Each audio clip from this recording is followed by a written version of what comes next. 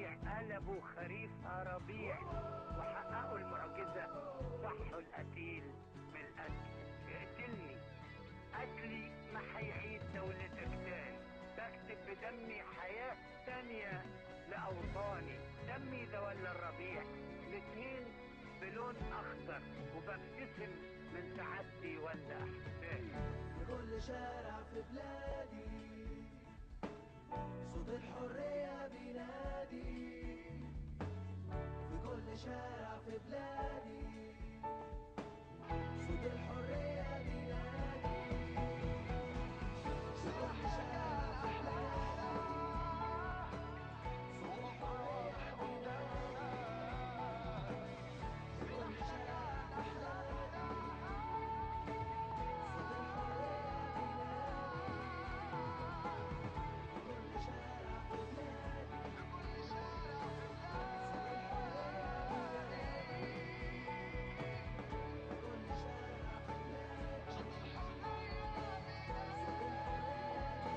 بينادي، في كل شارع في بلادي، في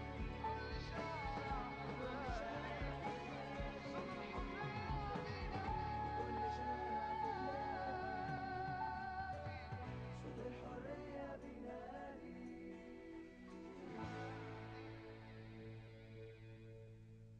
C'est sûr, c'est le peuple qui donne le pouvoir. Bon, monsieur l'ambassadeur, pour retourner à la visite de cette délégation francophone, qu'est-ce qui est au programme de cette visite?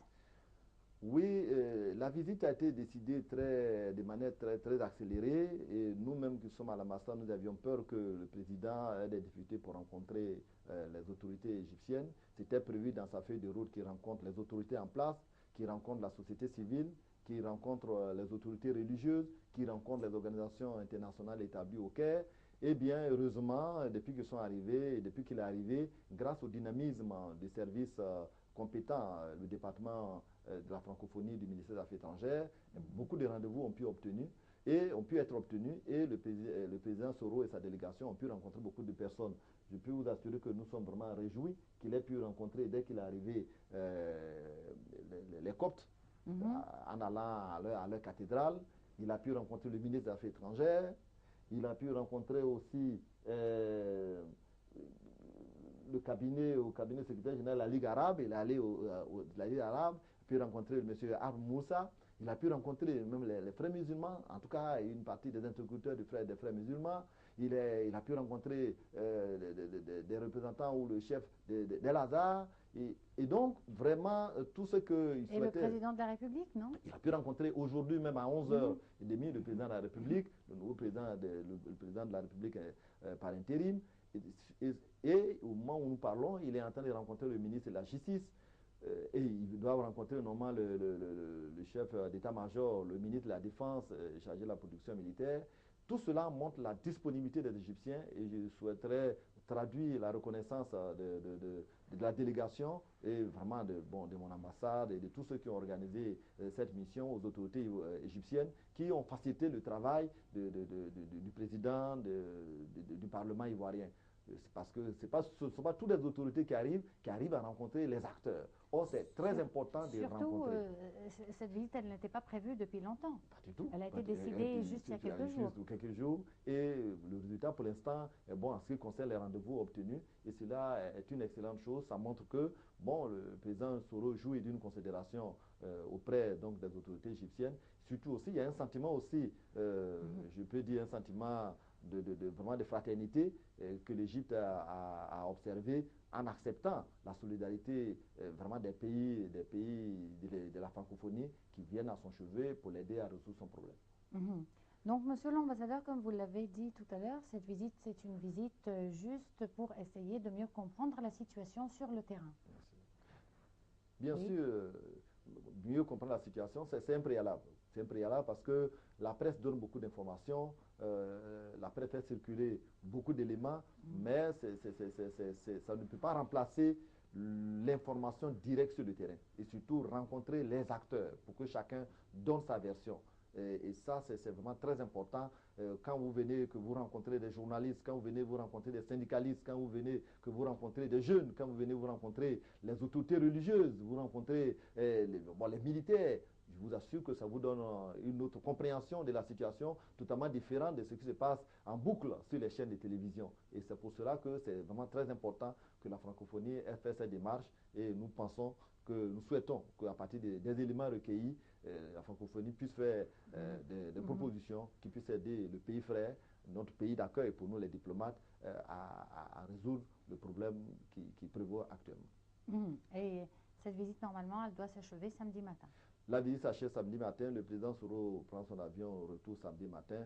Je suis persuadé qu'il sera très bien heureux d'avoir pu rencontrer le maximum de personnes, puisque le vendredi, dans la matinée, il doit rencontrer le parti Al-Nou, qui est aussi un parti très important, des salafistes, qui est un parti très, très important. Il doit rencontrer les organisations de la société civile, tous ceux qui s'occupent des problèmes des droits de l'homme, tous ceux qui s'occupent des problèmes de la femme. Il y a même un rendez-vous avec une responsable qui s'occupe des problèmes de la femme. Et le président Soro aura l'occasion, pendant son séjour aussi, à participer à 2 iftars, c'est ce que nous appelons le bénéfice de son séjour, pour participer aux traditions égyptiennes et montrer que véritablement il est très proche des populations et qu'il est soucieux que cette population qu'il aime puisse résoudre ses problèmes.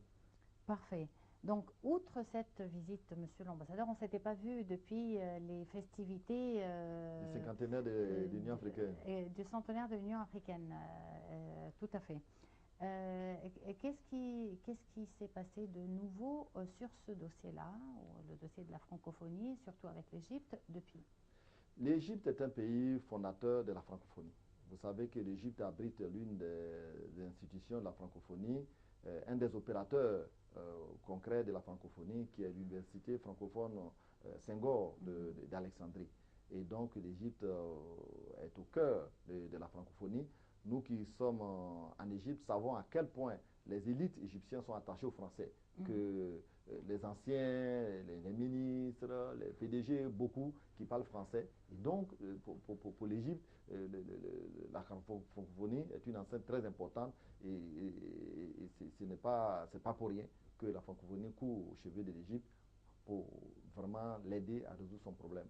L'Égypte continue d'occuper ce rôle en formant des milliers de cadres africains, en renforçant leurs capacités afin qu'ils puissent participer au développement. C'est vraiment la fonction fondamentale que joue l'université francophone d'Alexandrie, et beaucoup de jeunes de l'Afrique sont reconnaissants à l'Égypte pour tout ce qu'elle fait afin que cette université fonctionne dans les meilleures conditions et qu'elle soit une source d'expérience, d'échange de connaissances pour les cadres africains. En fait, peut-être l'Université Senghor est la seule institution francophone qui regroupe les Africains francophones. Pourquoi on ne trouve pas de telles institutions sur le plan commercial, par exemple, agricole, économique, quelque chose qui regrouperait les pays africains francophones aussi? Bon, ça, je crois qu'il en existe. Les pays francophones dans la sous-région, par exemple, ouest africaine, les pays africains francophones, il y a plusieurs structures. Il y a des universités en Côte d'Ivoire qui accueillent des étudiants venant de tous les pays.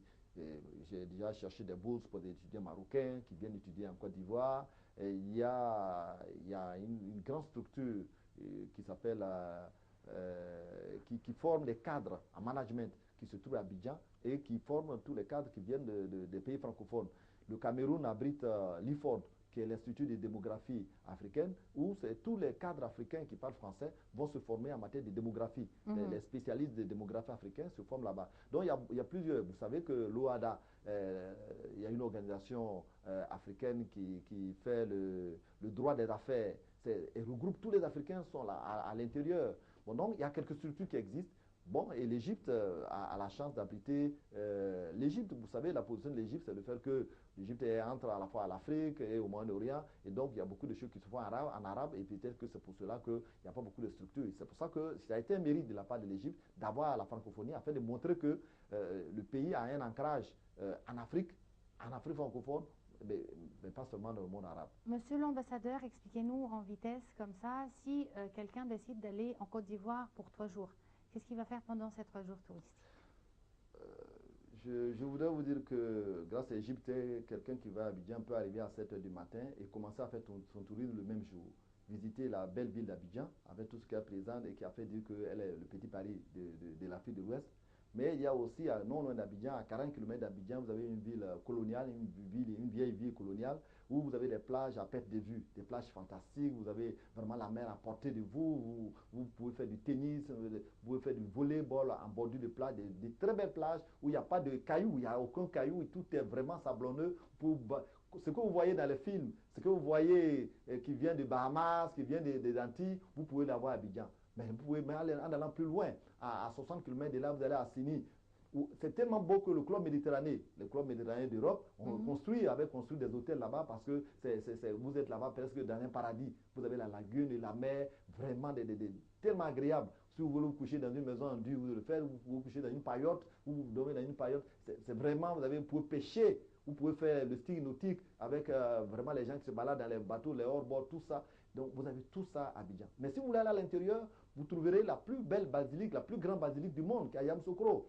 On savait ce que c'est une curiosité. De la même manière qu'on vient en Égypte pour voir les mosquées, on va là-bas en Côte d'Ivoire également. Si vous voulez voir une des plus grandes églises du monde, ça se trouve en Côte d'Ivoire à Yamoussoukro. Mais vous pourrez, à Yamoussoukro, vous pourrez voir des crocodiles vraiment dans l'eau, dans les lacs. Mais vous pourrez aller aussi à Boukamekro où vous allez voir les animaux sauvages dans la nature. Parce qu'il y a des réserves qui ont été aménagées par le gouvernement. Vous pourrez aller à l'ouest où la température est comme dans une période vraiment de printemps où il fait très frais. Vous avez la montagne, vous avez les cascades et vous avez des ponts en liane. Donc voilà. Et si vous voulez aller dans les villages, vous allez voir des villages qui sont des villages traditionnels avec une architecture très particulière, avec des us, des mœurs et des us et coutumes très particuliers. Et tout cela fait la Côte d'Ivoire, ce qui fait que c'est la beauté pour tous les diplomates qui sont là-bas, les étrangers qui vont. C'est un pays qui est très divers. Vous avez la forêt en bas, vous avez la savane au milieu, vous avez la savane herbeuse au nord. C'est fantastique d'aller dans ce pays. Donc il y a plein de choses à voir en Côte d'Ivoire, sans compter la vie nocturne, la belle vie. On vous a parlé de la Côte d'Ivoire qui est le pays de la qualité. La Côte d'Ivoire qui a voulu ressembler à la France et où la vie est une vie de qualité. Tout ce que vous touchez, vous voyez, sentez que les gens aiment la qualité. Et ça vous permet de bien manger, mais également de danser, d'aller dans les dancing, d'aller dans des beaux endroits où il y a le piano, il y a tout ça. Donc voilà un peu la Côte d'Ivoire. Bon, on va terminer sur cette excellente promotion pour la Côte d'Ivoire. Monsieur l'ambassadeur, je suis sûre que vous avez intéressé un tas de gens maintenant à aller visiter la Côte d'Ivoire. Je vous remercie beaucoup pour votre temps et pour les informations que vous nous avez données. Je vous remercie aussi de nous avoir suivis. On se retrouve donc la semaine prochaine à la même heure avec un nouveau thème qui nous intéresse.